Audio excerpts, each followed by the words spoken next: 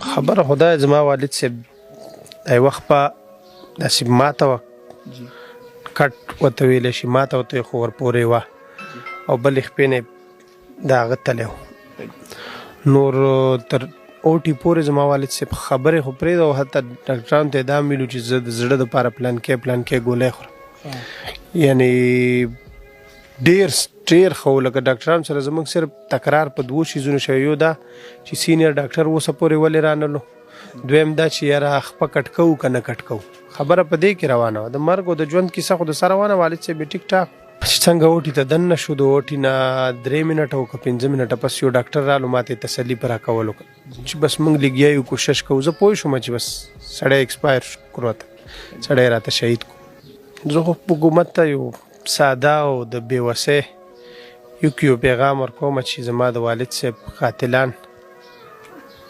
باید چې تاسو ته معلوم دي او موږ ته معلوم دي سزا ورکړې که هر څوک وي او که ستاسو دا خیال وي چې ډېر علما لاړو دا به هم لاړ شي او بس تپوس به نه وشي نو اوسه پورې کوشش کوو چې په هر دم هر طریقې سره یو داسې تحریک یو داسې شی اوچت کړو چې دغه اخري مړی شي بیا خامخه دا خو چې چرګ هم د چا ووجلی شي پلین ورته وي چې څوک به یې سپینوي څوک به یې ټکټوکوي څوک به یې پخوي څوک به یې خوري دا خو یو ډېر لوی سړی تلی ګورو چې دا کم د بنې سلوک را سره روان دی اوسه پورې چې تر اوسه پورې په ذمه دار د حکومت ادارو والا یو کس فرد قدرې نه رابطه کړې نه راغلی دی ګورو چې دا تر کم ټایمه پورې کېږي هغو خلکو نه به زه څه مطمئن شم چې زما د پلار د مرګ نه مخکې دوی باندې زما تحفظ فرض و نن دوی دلته راغلي زما د پلار د مرګ نه پس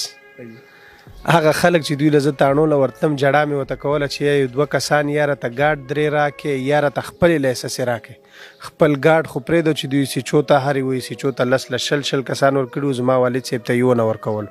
او د مرګ نه پس مې لیدو زما والد صاحب تر هغه جنازګاه پورې چې تلو هر چوک یې ورته بند کړی